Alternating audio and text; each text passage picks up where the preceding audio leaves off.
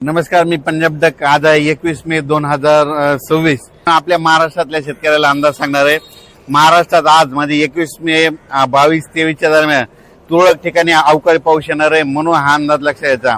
मग ते सांगायचं झालं तर पश्चिम महाराष्ट्र आणि मराठवाड्यातल्या काही भागामध्ये विखुरलेल्या स्वरूपाचा एक अवकाळी म्हणजे ह्या 2-3 दिवसामध्ये असणार आहे, म्हणून हे लक्षात घ्यायचं. पण त्याच्यानंतर महाराष्ट्रामध्ये तुम्हाला सांगायचं झालं तर 28, 29, 30 दरम्यान परत एक अवकाळी पाऊस येणार आहे. आपण ते सगळीकडे नाही, भाग बदलत विखुरलेल्या स्वरूपातच असणार आहे, म्हणून हे अंदाज लक्षात घ्यायचा. शेतकऱ्याला सांगू इच्छितो की आता पेरणीचे दिवस जवळ आले, तुम्ही शेतीचे कामं करून घ्या. कारण की राज्यामध्ये 7 जूनला म्हणजे यावर्षी त्या टायमाला पाऊस येण्याची शक्यता आहे, म्हणून हा अंदाज लक्षात घ्या. माझा 7 जून पर्यंत राज्यामध्ये पाऊस येण्याची शक्यता आहे, म्हणजे मोसमी पाऊस येऊ शकतो, म्हणून हा अंदाज लक्षात घ्यायचा. पण राज्यात मात्र मोसमी पाऊस येईल तेव्हा येईल, 7 तारखेला येईल, 7 जूनला येईल. पण त्या अगोदर मात्र 30 मेच्या दरम्यान म्हणजे राज्यामध्ये दररोज पूर्व मोसमी पाऊस गेल्या वर्षी जसा पडला तसाच पडणार आहे. म्हणून त्या पावसामध्ये विजेचं प्रमाण जास्त आहे, म्हणून तुम्ही काय करा, विजेपासून स्वतःची काळजी घ्या. त्याच्यानंतर आपली जनावरे झाडाखाली बांधू नका.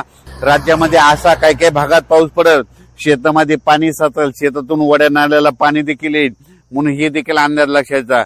काही ठिकाणी पाणी साचेल, काही मध्ये पेंडवालता पडेल, कुठे रिमझिम पडेल, काही ठिकाणी चांदण्या साचल्यासारखा पडेल, काही ठिकाणी वड्याला पाणी देखील येईल, कुठं शेतातलं पाणी पुढे ढकलं.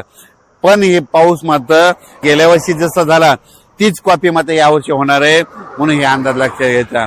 संत्र्याचे जे बगीचेवाले त्यांना तुम्ही ताण कसा द्यायचा तुम्ही तुमचं ठरवा. कारण की गेल्या वर्षी जसं पाऊस आहे तसाच आता देखील 30 मेच्या दरम्यान येणार आहे, म्हणून हे अंदाज लक्षात घ्यायचा.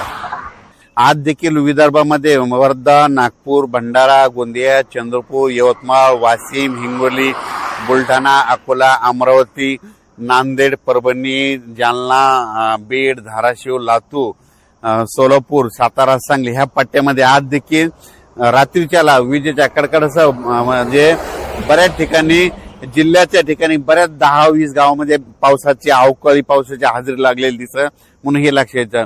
उद्या देखील अशीच परिस्थिती राहणार आहे.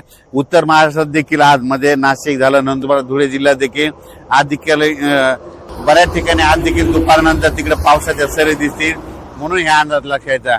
हे पाऊस मात्र खूप जास्त प्रमाणावर नाही, पण 25-27 मे पर्यंत पाऊस पडणार आहे. मात्र ते मात्र राज्यामध्ये ठिकठिकाणी दररोज वेगवेगळ्या भागात 2-2 दिवस वेगवेगळ्या भागात मुक्काम करत करत ते पाऊस पडणार आहे. आणि शेतकऱ्यांना मशागतीचे कामे करण्यासाठी चांगलं राहणार आहे. आणि जर ज्या ठिकाणी जास्त पाऊस पडला तर एकदा तणाचा उल्पा देखील निघतं, म्हणून शेतकऱ्यासाठी मशागतीसाठी पाऊस चांगला राहणार आहे. ऊस शेतकऱ्याला ज्यांना पाणी कमी पडायला त्यांच्यासाठी चांगला राहणार आहे.